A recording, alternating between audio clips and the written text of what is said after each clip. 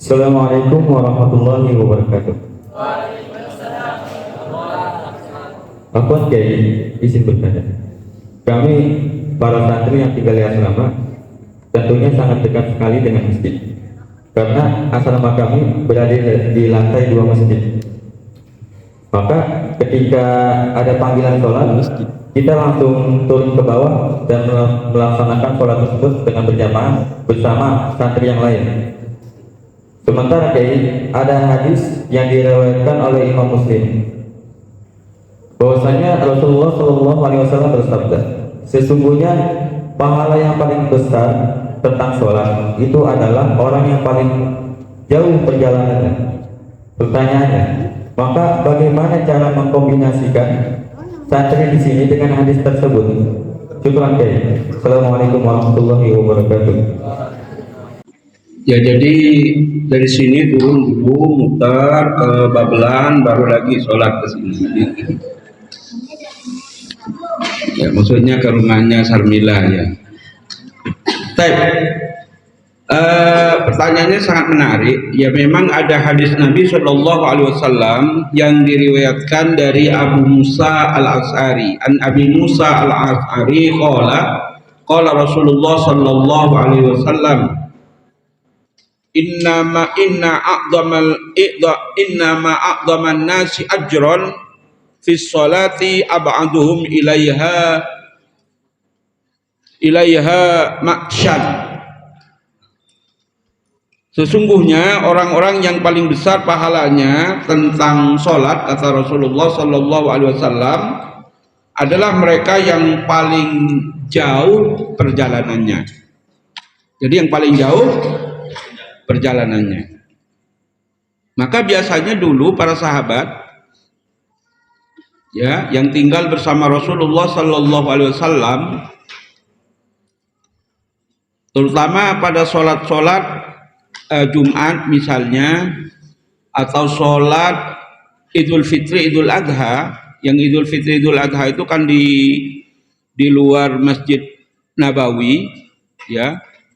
Yang sekarang kemarin itu kita ke sana itu menjadi dibangun masjid yang namanya Masjid Gumama. Musolana yang dalam banyak hadis itu di situ dinamakan musolana. Jadi sahabat yang rumahnya dekat dengan musolana itu biasanya muter dalam rangka untuk mencari jarak yang terjauh supaya mendapat pahala lebih banyak. Bukan hanya sholat Jumat, bukan hanya sholat Idul Fitri, Idul Adha, tapi sholat-sholat maktubah yang lain. Bagaimana kemudian dengan santri yang ada di atas? Ya, santri di atas ini kadang-kadang juga bikin masjid sendiri di atas. Ya. Sama gurunya, ustazahnya bikin masjid sendiri di asrama. Ustadz musrifahnya juga bikin musola besar di masjid kecil ya. Padahal tinggal turun tadi pertanyaannya. Bagaimana cara mengkombinasikannya? Cara mengkombinasikannya ya tentu tidak kemudian harus jalan ya. Tapi intinya ketika kalian sudah di area masjid, itu sama dengan posisi Rasulullah Sallallahu Alaihi Wasallam di dalam rumahnya, karena rumah Rasulullah itu adalah di sebelah mihrab masjid. Ya, jadi Madinah ke Mekah itu arahnya ke selatan. Jadi sholatnya orang Madinah karena menghadap kiblat ya, menghadap Ka'bah itu menghadapnya ke selatan. Nah, jadi rumah Rasul itu kalau masjidnya ngadap ke sana, ngadapnya ke utara kan, tapi imamnya di sana, maka rumah Rasulullah di sini. Ya. Rumah Rasulullah itu, ya Rasulullah walaupun mengatakan begitu, tidak kemudian Rasulullah Sallallahu Alaihi Wasallam berjalan. Luar dulu muter, enggak, tapi langsung Rasulullah Sallallahu Alaihi Wasallam ikut memimpin sholat berjamaah tadi. Tapi bagi orang yang sudah terlanjur jauh rumahnya dari masjid, maka dihimbau dan disarankan oleh Rasulullah Sallallahu Alaihi Wasallam untuk tidak pindah rumah, tidak pindah rumah. Sebagaimana hadis yang diriwayatkan oleh Imam Muslim, yang juga diriwayatkan oleh Imam Ahmad, bersumber dari Jabir, an Jabir bin Abdullah qalatil biqa' hulal masjid haulal masjid fa aradu banu Salimah antakilu ila qarbil masjid. Diceritakan dalam hadis ini bahwasanya Banu Salimah, ada yang namanya Salimah, Banu Salimah, keluarga besar Salimah itu mempunyai tanah di seputar Masjid Nabawi. Ya, di seputar Masjid Nabawi. Kemudian karena dia orang soleh, sahabat Nabi, maka dia menginginkan untuk selalu dekat dengan masjid, untuk selalu dekat dengan Rasulullah. Sehingga dia berkeinginan untuk memindahkan rumahnya karena dia mempunyai al-biqa' haulal masjid, tanah kosong di dekat Masjid Nabawi. Maka